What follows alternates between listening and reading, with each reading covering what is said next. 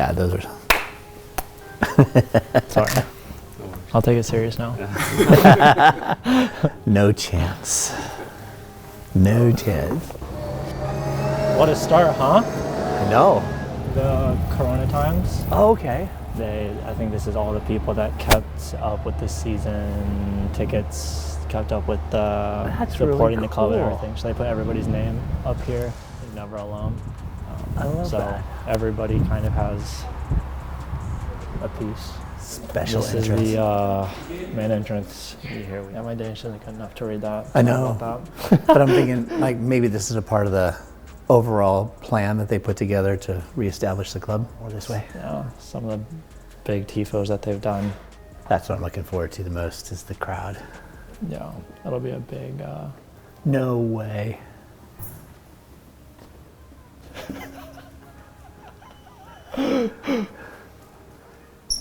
It's a little bit of everywhere, isn't it? Yeah, I guess so.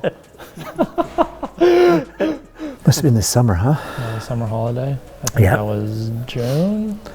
Maybe Yeah. Early June. Yeah. Yeah, we usually get to see each other twice a year, once at the summer break and once at the winter break. And it's got 2 or 3 weeks, and we try and fill it up as much as we can while sharing him with all the other people who want to see him when he's home. Yeah, it's a really cool moment. I think I moved here to Denmark. I think I was just 19 years old 4 years ago, and this is the first opportunity that he's been able to come over. So it's really cool to show him around and kind of show him all the things that I tell him about in person. It's okay, you don't have to act like you're reading. So one of the things that I've discovered after trying to read posts for the last 2 years is that sometimes I can actually figure out a little bit about what's going on. Probably Twitter mostly, yes.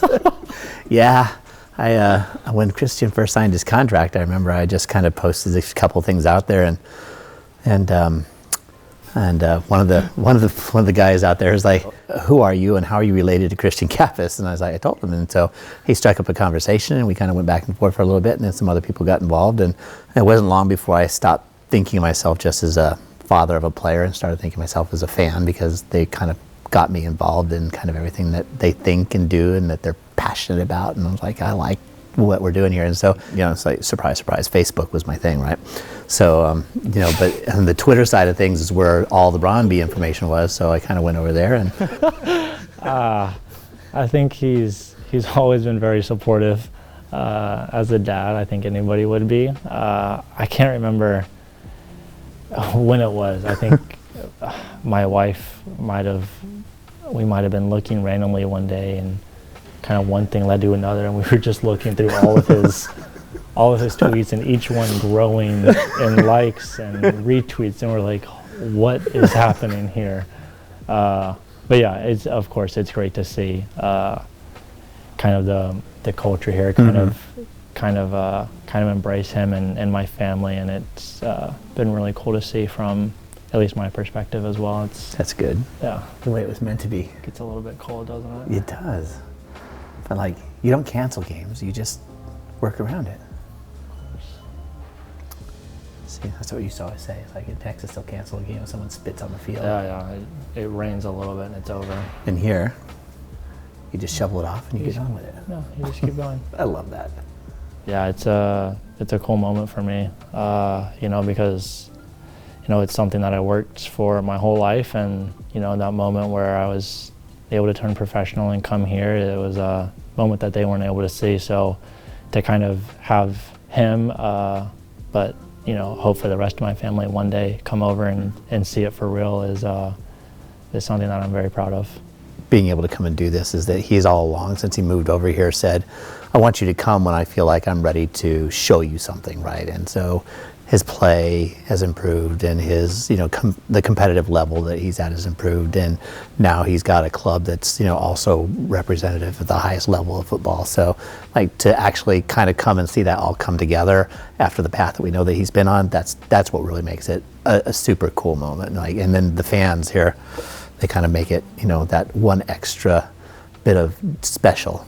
Hold on. I think Brøndby represents itself as one of the best clubs in the world, even though it's not the size of some of the best clubs in the world. And I think that's the part that kind of made me fall in love with them. Like we were tracking them because he had that contract signed before he, came in the summer. But to watch how the fans behave and watch how they took on all comers and had that attacking-minded football and all those sorts of things. I think they behave like they are the biggest, baddest playing club in the block, and because of that, it's like my impression of them has always been that they are special, because not every club manages that. They kind of get there and they go, okay, we're good here, and that's not what I see here. I see lots of desire to be better than everybody around them and to make an impact, and that's not easy. It's like, but it takes people willing to pitch in and make that all happen. And it's like the bench cam is always sitting like right here.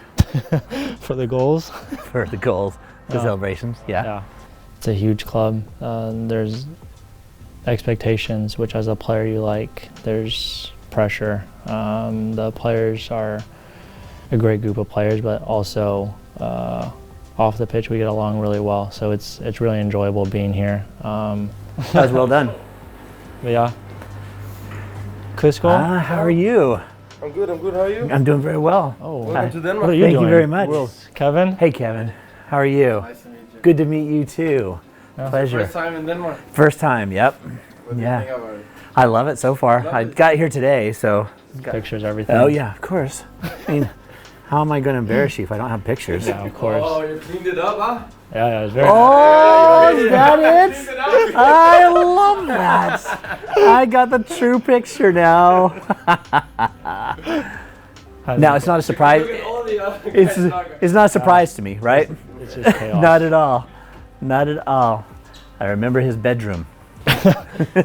Yeah. So your number one challenge is getting to see the games, right? Because Denmark, the football association here, had a contract with ESPN that expired, and so it expired the year he moved to Brøndby, right? And I was like, oh my gosh. So back to social media, the whole Brøndby community was like, look here, and from pieces and bits, I was able to kind of keep up with what he was doing and how he was doing. And there was a couple of times when I couldn't see the game, and yet when he scored a goal, somebody would like post video of that goal for me to see. They're like, hey Jay, look at this. And I was like, that's just so cool. It's like I had my own little private feed of information coming through so I could see, hey, he scored. How did he score? Oh, like that. Got it. So it was really good. I think it's always been that way. I was going to say, less intense than before. Thank you. He's all the way on the other side of the room. I don't have to ride home with him in the car afterwards. I can't hear him from the sideline. That's for sure. Wait till Sunday. No, yeah, it's cool to see. It's for him and my whole family. It's something that they've kind of all been involved in. Everybody in the house knows when he scores because I'm up and I'm yelling at the TV and screaming, and then of course I jump right on Twitter and say he scored, and everyone is like, yeah, he did, thank you. But it's great to see him succeed at those particular moments in time, because it's not just a matter of going through the motions, but it's a matter of contributing something to the outcome for the club and their goals for the year. And that's, I think we've probably talked about that since you were little. It's like team first and, taking care of your mates. And then, after that, you can worry about your own personal glory. But so when he hits a goal like that and everybody comes, and the fans, these fans here, when they cut loose on it, there you're like, okay, that's a moment you don't forget. He just said that Copenhagen are much better than us. So just put it up a little extra for the game on Sunday. Yeah. No, you gotta like fools who will say things like that, don't you? Yeah. Like when I see something like this that's so special, it's like not every club has a fan base like this. Not every club can represent the way that Brøndby does. Like I just have an appreciation for it. So it's really easy for me to connect with something like that. I expect it to be an experience I can talk about for years and years. I chose this weekend particularly to be in Brøndby Stadium. Now, it's the good news about having so many contacts over Twitter is like, I know what this match means. I know the passion involved. I know that there's going to be no holding back. You throw all the logic out the window because it's just so passionate. It's like, you never know what's going to happen. And I feel like that's the type of game this match is. And so I wanted to be here and be part of that live experience with the fans and the players going at it without any reservations. It's like a high quality with something at stake. And so, yeah, I'm looking forward to talking about this for a long time. Yeah, I mean, it's the derby. You know, it's you can say a lot about it, but at the end of the day, we all know what it's about. And yeah, the most important thing is winning. So hopefully we can do that and give everybody a good time and have you have a good time for your one game. Oh yeah, no, we're going to win. So there's no doubt about it. And you know, if you would like to score a goal in the game, that'd be great too. Then I would really have something to talk about. So yeah, but no, yeah. Ooh, the attack bike. Yeah, this is not fun. This is not the place you want to be. I know, this is Stacy and me. Yeah, oh yeah, heck yeah. Like, look, I came all the way to Denmark and the stupid thing followed me. Yeah, it doesn't matter how fit you are. 5 minutes on that thing, and you can't walk. Yes.